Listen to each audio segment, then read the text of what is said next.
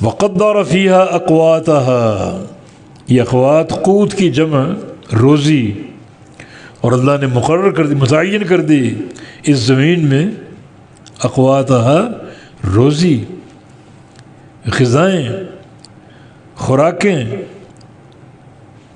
وقدر فیہا اقواتہا، اور اللہ نے متعین فرما دی، رکھ دیں، قائم فرما دیں، فیہا اس زمین میں اقواتہا اس کی روزیاں، اس کی خوراکیں اور غذائیں. اقوات قوت کی جمع، فی اربعۃ ایام 4 دنوں میں، ان 4 دنوں سے مراد پہلے 2 دن بھی ملا کے. زمین کو پیدا کیا 2 دنوں میں، باقی یہ پہاڑ اور اقوات اور جو بھی اس کا نظام مزید 2 دنوں میں، ٹوٹل 4 دن ہو گئے. اور باقی 2 دنوں میں دیگر مخلوقات جن کا ذکر آگے آ رہا ہے. اگر یہ 4 دن الگ مانے تو پھر 8 دن بنتے ہیں پوری کائنات کی تخلیق کے. حالانکہ فی ستۃ ایام 6 دن، سورہ حدید میں 6 دن میں ساری کائنات بنائی. اس میں زمین، آسمان، پہاڑ، اقوات اور خشکی اور تری اور جو کچھ ہے. وقدر فیہا اقواتہا فی 4 ایام، اور اس نے ایک بڑے صحیح اور ٹھیک اندازے کے ساتھ رکھ دیا فیہا اس زمین میں اقواتہا اس کی خوراکیں اور غذائیں. کتنے دنوں میں؟ 4 دنوں میں. 4 دنوں سے کیا مراد؟ پہلے 2 دن ملا کے جو پیچھے ذکر ہے زمین کی تخلیق کے، 2 دن وہ اور 2 دن مزید، ٹوٹل 4 دن ہو گئے.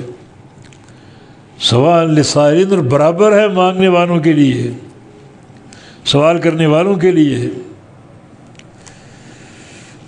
برابری سے مراد سب کو عطا ہونے والی.